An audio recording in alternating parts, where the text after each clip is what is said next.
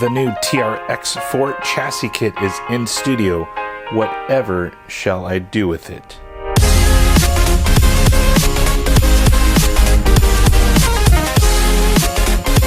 It's Rich here from the RCNetwork.com, and today we have a fresh unboxing of the Traxxas TRX-4 Chassis Kit.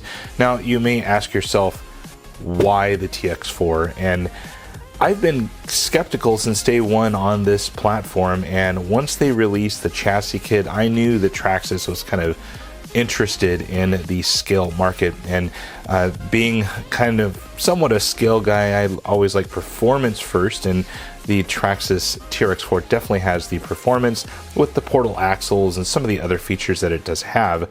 Now, in this build series, yes, this is going to go old school. We're going to go back to the Traxxas / Sleeper project I did way back when. If you guys haven't seen that series, please check it out. It's still up to date to the current platinum version of the Traxxas / and I took that thing from a box stock unit and upgraded it to the hilt.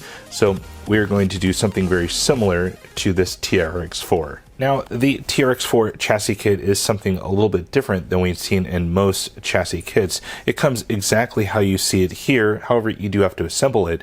You do get the wheel wells, you do get all electronics, wheels and tires, and a radio system to control all of the additional servos that have the locking differentials, and also the 2-speed transmission that's included in this TRX-4 chassis kit. Now, we could talk all day on all of the different upgrades and additional items that are included in the chassis kit, but I'll leave a link below so you can check it out all for yourself. At last, time to cut this thing open. Now, first thing I feel is this thing is heavy. This has a lot of stuff inside this larger than a shoebox size box, and cutting open the seal is pretty easy. So let's go ahead and pop this thing open. Aha, this is cool. Looking at some of the contents of the box here, there's quite a bit inside this box. So let's go through some of the bags and point out some highlights of this kit. So right here we do have the wheels and tires. These are pre-mounted, so to speak, but looks like you still have to glue them. Don't believe these are bead locks. Looks like just a wheel and a tire, and of course foam inside. Still have to glue these things, so that's something you'll have to supply on your own. Transmission bag is quite heavy. It has lots of bearings and steel gears inside of here.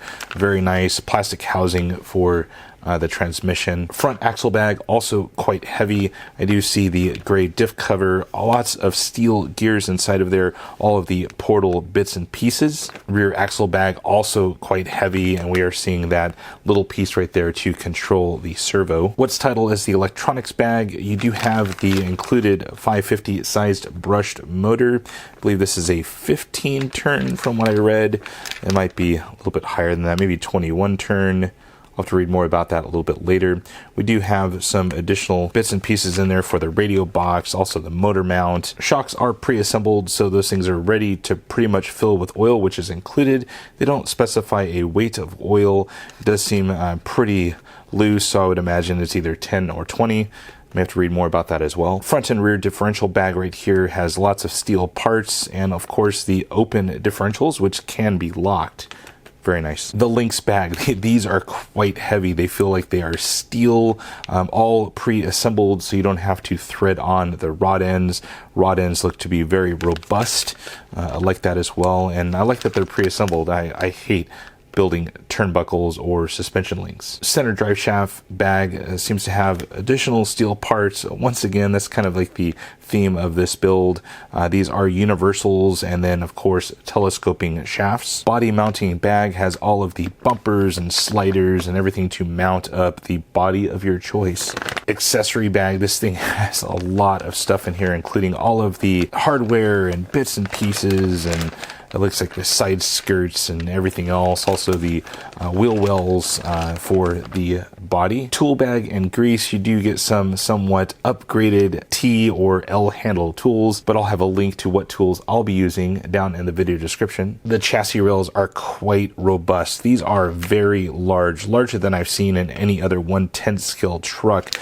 They are C-channel, they are stamped steel, and they seem to be quite nice. Owner's manual is quite thick. It is all full color. You do get some decals and also some body clips on the back. And finally, the money shot right here. This is the TQI controller that has all of the channels that would control all of the additional servos for the locking front, locking rear, and 2-speed transmission.